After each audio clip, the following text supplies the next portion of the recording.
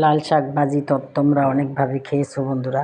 আমিও লাল শাক রেসিপি আগে অনেক দিয়েছি বন্ধুরা। এখন আজকে নতুন করে এবছর আমি লাল শাক ভাজি। এখন তো লাল শাকের দিন না বন্ধুরা, তারপরও বাজারে সব সময় লাল শাক, সবই শাক পাওয়া যায়। যাই হোক, এই শাকটা আজকে বাজার থেকে এনে বন্ধুরা লাল শাকটাকে কেটে ধুয়ে পরিষ্কার করে নিয়েছি। এখন আমি পেঁয়াজ রসুন তেল দিয়ে সুন্দর করে আমি শাকটাকে ভাজি করে নিয়েছি বন্ধুরা। কীভাবে লাল শাক ভাজি করতে সবাই পারে, তারপরও আমি করেছি। আমি কিভাবে করেছি তোমরা যদি দেখতে চাও তাহলে আমার বড় ভিডিওগুলো তোমরা দেখে নিতে পারো বন্ধুরা। আর এই লাল শাক ভাজি রান্নার চেয়েও ভাজিটা খুবই টেস্ট, খেতে মজা। এই শাক দিয়ে তোমরা অনায়াসে 1 প্লেট 2 প্লেট ভাত খেয়ে নিতে পারবে বন্ধুরা।